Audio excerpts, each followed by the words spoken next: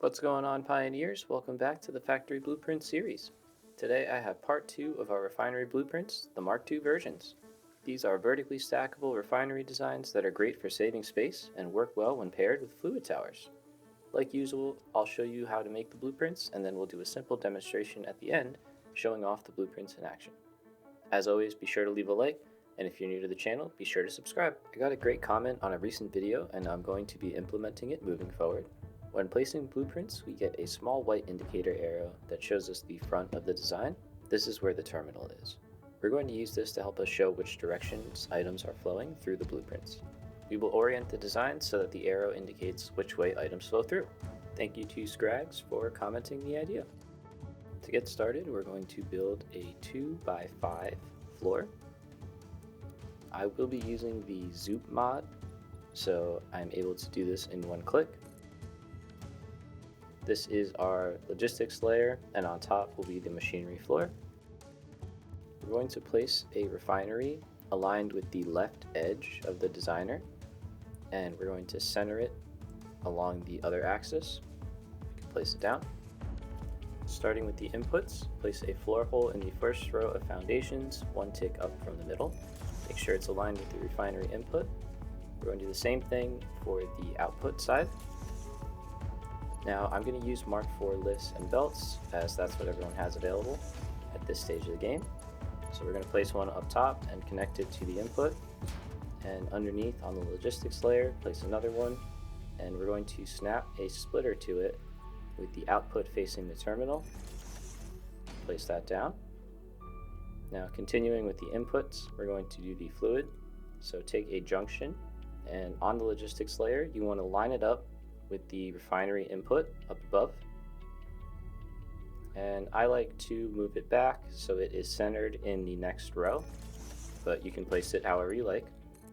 And then I use horizontal to vertical and connect a Mk.2 pipe up into the refinery. Now for the output, we can do the same thing. Place a junction in line with the previous one and connect to the output. Now we have our floor hole in place already for the item output, so just place a lift down, again connect with a belt. For the output underneath, we're going to do the same thing as most of our designs. Place the lift, place a merger, face it towards the terminal. And the last thing we need to do is connect some power access, so I like to place an outlet in the middle of the refinery and center it on the inputs and outputs. With that all done, we are going to remove the floor, as we cannot tile this design with the foundations in place. Like our previous designs, we are going to use our initial design to create the other variants. So let's go ahead and save this as 1x Mk.2 refinery to the left. And we're going to use this to create the next ones. So as we can see, the indicator arrow is now indicating which direction the items are flowing. We're entering from the left, going to the right, and the arrow is pointing to the right. Same thing for the output, items are flowing to the right. So let's use the design we just made to make our 2x. So we're just going to take it out, line it up with the previous one. We can make sure everything is aligned by checking the ladders and the mergers and splitters.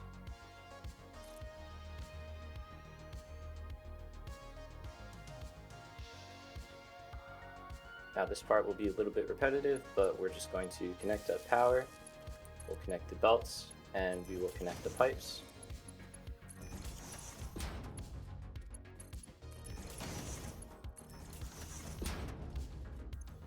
We can repeat these steps for the 2x, 3x, and 4x designs.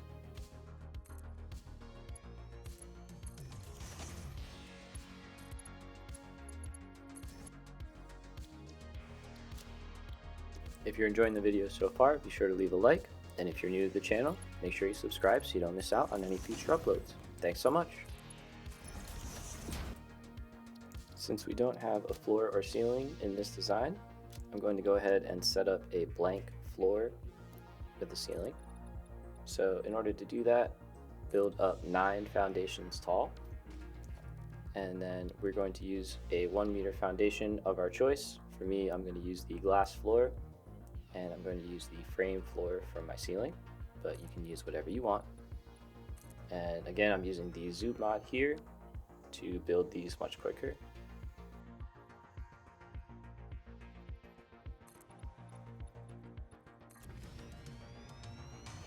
With this all set, we're going to remove our initial foundations. I'm going to go ahead and add some pillars in the corners, and then we can go ahead and save this as a blank factory template. Now with that all set, we are going to take our 4x design and we're going to place it inside of the blank factory block. So in order to do this, leave the blank block loaded and pull out the 4x refinery in default mode. We're going to go underneath and aim at the center of the designer. You'll know you have it in the right area when it turns yellow. So we can use H to lock it in place, and we can go outside and check the placement and make any adjustments if we need to. Everything should line up in the middle of the foundations, and once we're happy with our placement, we can go ahead and put it down.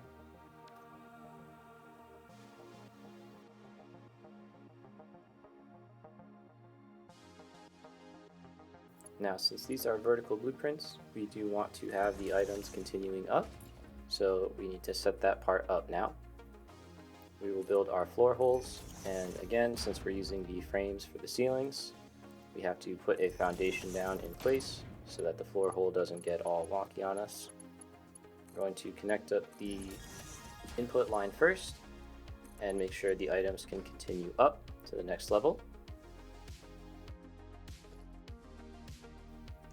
And we're going to repeat the same thing for the output line, but this time making sure the items can continue down from the level above and out of the design.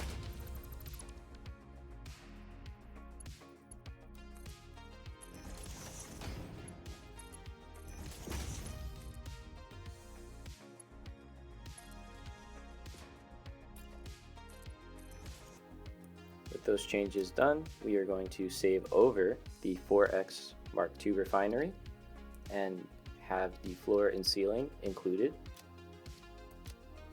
Alright, so just like our other designs, we need to create a right input design.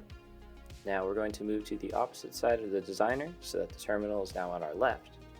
We're going to take our 1x Mk.2 Refinery to the left, orient it so that the inputs are facing you, and we're going to place it so that it is in the center like normal and everything is properly lined up.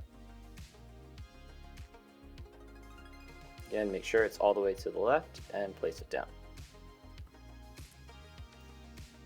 Now our goal here is to switch the inputs and outputs so that they are now entering from the right. So if we take our splitter and rotate it so that the outputs are facing the terminal and the inputs are facing away, we can place it down and delete the merger, and we're going to switch it so that the output is now facing the terminal.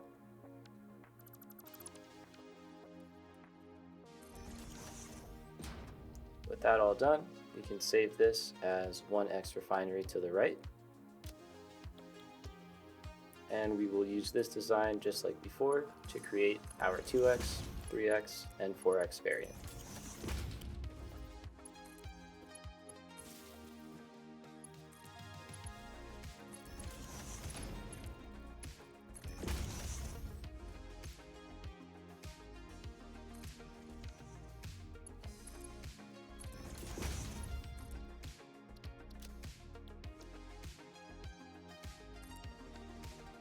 With the variants complete, we can make the vertical version. First load the blank floor and place the 4x right inside of it. We're going to again use H to lock it in place and confirm the placement from the outset.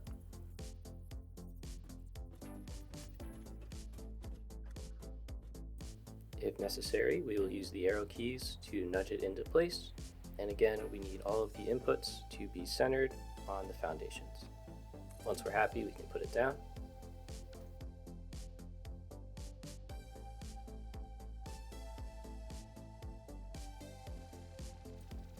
We of course need to add the floor holes for connections between levels. So I'll start here with the output. Again, if you're using the frame floor, you need to place a foundation down first in order to stop that weird height mismatch thing that happens.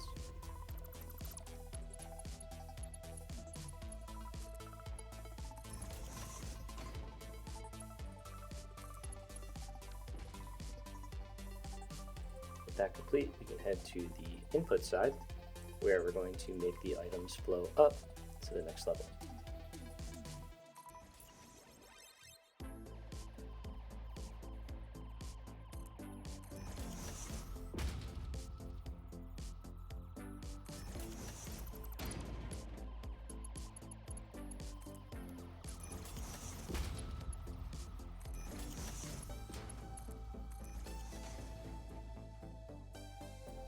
Like earlier, I'm going to overwrite the previous design, but feel free to do whatever you prefer.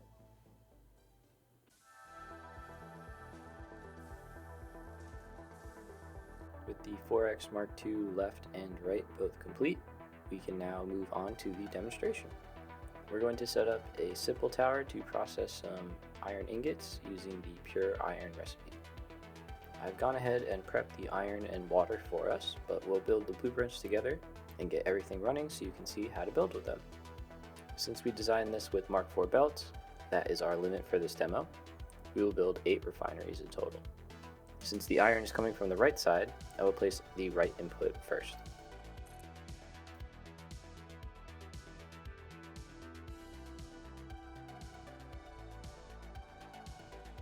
We can follow that up with the left input on top of it, and we can see that the arrow is pointing in the right direction and our outputs line up.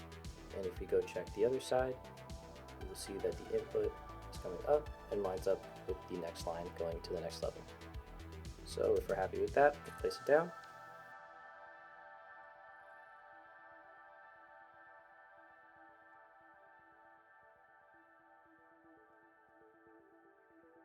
Next, we will connect the input lane with a lift, and I will do the same thing for the output. Now, I have no power mode turned on, so I forgot to connect the power between levels, so be sure to do that. Next, we'll connect the water lines between levels. You can set the color of a pipe before building it by right-clicking on the swatch in the customizer. I'll do a simple connection, but you can make this however you like.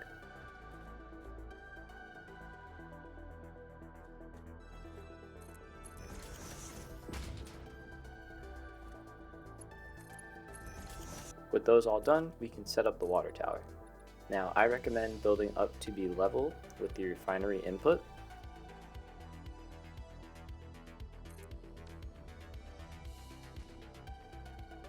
We can then use the fluid tower blueprint to place the top.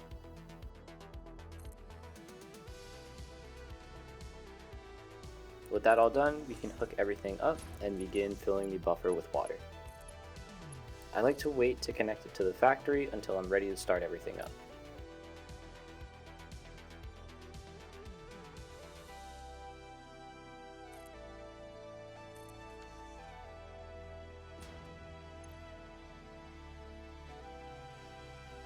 With that done, we will hook up the iron belt and set the recipes in each of the refineries and make sure all of the refinery buffers are full of iron.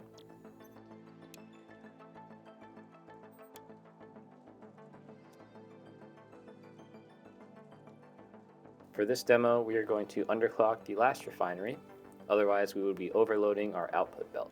Once everything is full, we can go ahead and connect up the water pipe.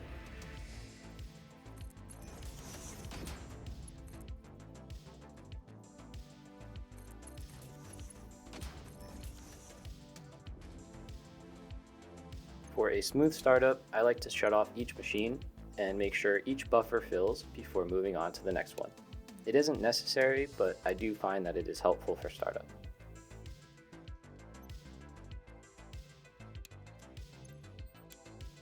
With some of the refineries working, I will put down a buffer to build up some iron ingots for the next section before making sure everything else is up and running.